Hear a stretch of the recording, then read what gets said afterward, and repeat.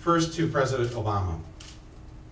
We have been in such a state of hope since last November, a state that we haven't felt in quite some time. That day you were elected, November 4th, 2008, was one of the most important days, really, in our lives. It made us feel very good and very proud to be part of this country, that our fellow Americans would do the right thing. And they came out, not in a close election, but by a very large margin, and said that they wanted change, real change, the change that you promised. We continue to support you. We know that you've inherited not just one catastrophe, but a number of catastrophes. Who would want this job? Thank you for taking it. God bless you for taking it, for being willing to try to undo the mess that's been created in recent years.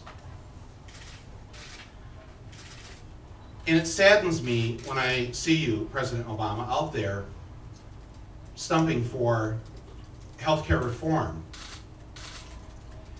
And there is no enthusiastic support for your position. It feels like you're out there all alone. We look at the other side, they're out there in full force, even though they're the minority. Even though they only represent 25% of the American public. They are there at the town hall meetings. They're there at the teabagger rallies. Especially my favorite one, the one last week where they were pictures of them using the publicly funded restrooms on the mall. The other side, they've been vocal, they've been organized, they've been funded, and you probably turn around and you wonder who's got your back, because you seem to be out there all alone. The reason for that, with all due respect, is that you started with a compromise. Anybody who's bought a car, anybody who's bought or sold their house or negotiated anything knows you don't start with your final position. You don't start with the compromise. You start with everything that you want, everything that you believe in. And in 2003, when you decided to run for the Senate, you said you were in favor of a single-payer health care system. And I believe in your heart you still believe that. But you started in a place where you had no wiggle room. Nothing was left. And it was a position that did not energize the base. You're not going to get millions of people out there going, yes, give us the public option where the private companies still get to call the shots. How do you get people enthused about that? That's why you're out there and alone on this. You don't need to be alone. Millions, tens of millions of Americans right now would be right out there with you, right out in the streets. That's right. Right there on the internet with their emails, That's right. up here on Capitol Hill, jamming the phone lines. Yes. If you just did what the people wanted.